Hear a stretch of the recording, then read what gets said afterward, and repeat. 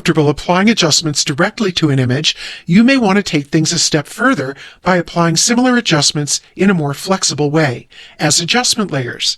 You can use this image from the practice files for this tutorial to follow along. Over in the Layers panel, make sure you have the layer selected above which you want your adjustment layer, keeping in mind that an adjustment layer will affect all layers beneath it by default. I've selected the top layer here, which contains this small photo of a bouquet. Now let's add an adjustment layer. One way to do that is to go to the bottom of the Layers panel and click this icon, the one that looks like a half-black, half-white circle. The menu that pops up contains many of the same adjustments that you can apply as a direct adjustment from the image menu at the top of the screen. But applying them from here as adjustment layers gives you more editing flexibility and protects your original photo from direct changes. I'm going to choose the black and white adjustment layer. That did two things. It automatically created a new layer in the Layers panel above the selected layer, and it opened the Properties panel. The layer that was created is a special kind of layer called an adjustment layer. It doesn't have any image content of its own.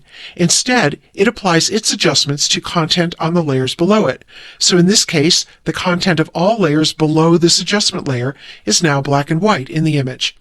In the Properties panel that opened, you'll find the controls for the adjustment layer. The controls change depending on what kind of adjustment layer is selected at the moment. For a black and white adjustment, you can use these controls to customize the color to black and white conversion. Each of these sliders will lighten or darken areas in the black and white that were a particular color in the color version. For example, to make everything that was yellow in the color image brighter in the black and white, drag the yellows slider to the right.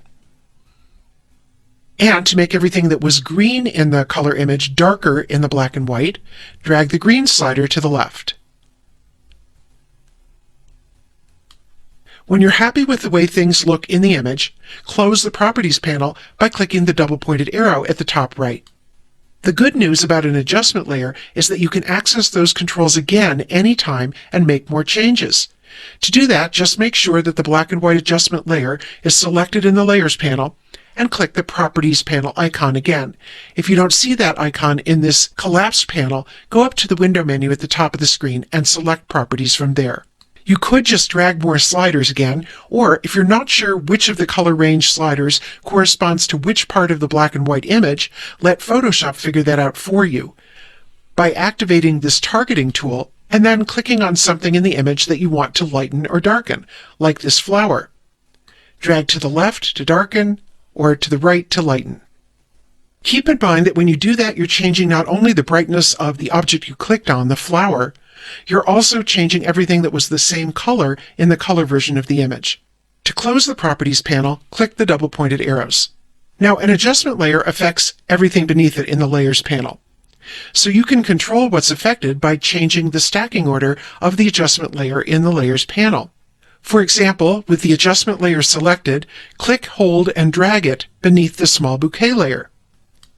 And now the small bouquet layer isn't affected by the black and white adjustment, and the small bouquet photo remains in color.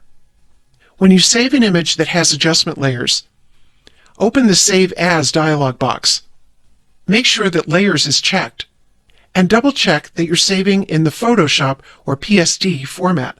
That's important because the Photoshop format retains layers, so your adjustment layers will be there for further editing the next time you open the image, and that isn't true if you save only in the JPEG format.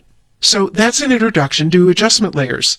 The most important points to remember for now are that using adjustment layers will protect your original images from direct changes and will help you to maximize your editing flexibility.